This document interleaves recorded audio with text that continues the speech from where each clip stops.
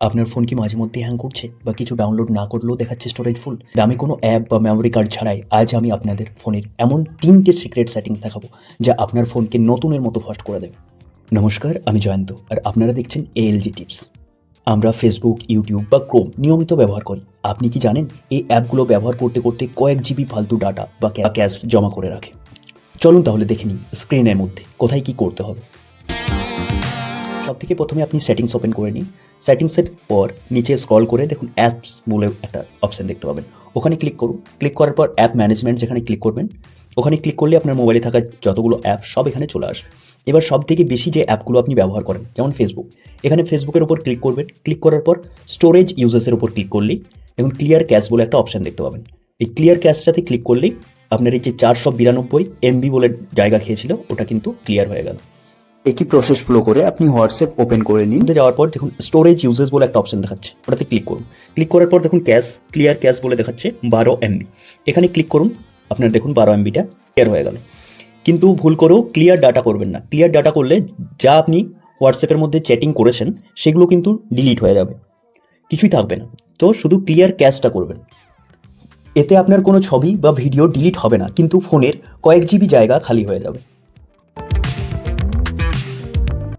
হোয়াটসঅ্যাপে আমাদের অনেক অপ্রয়োজনীয় ভিডিও বা ফটো আসে যা গ্যালারিতে দেখা যায় না কিন্তু জায়গা দখল করে থাকে।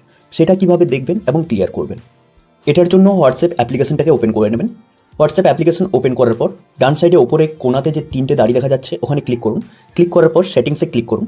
সেটিংসে ক্লিক করার পর স্টোরেজ অ্যান্ড ডেটা বলে যে অপশনটা দেখা যাচ্ছে সেটাতে ক্লিক করুন। ম্যানেজ স্টোরেজ বলে অপশন দেখতে পাবেন।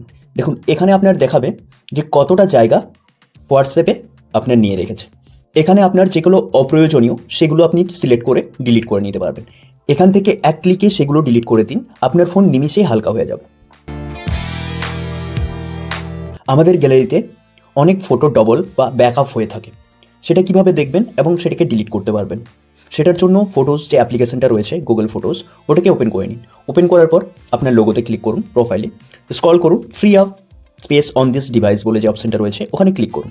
এখানে ক্লিক করার পর যদি আপনার এখান থেকে মেমোরি নিয়ে থাকে তাহলে নিচে আপনার ক্লিয়ার করার জন্য অপশন আসবে।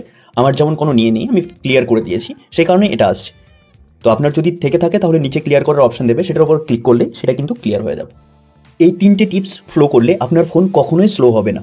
ভিডিওটি আপনার কাজে লাগলে অবশ্যই একটি লাইক দেবেন এবং আপনার বন্ধুদের সাথে শেয়ার করবেন। আর এই ধরনের আরও রিয়েল টিপস পেতে এএলজে টিপসকে সাবস্ক্রাইব করে রাখুন।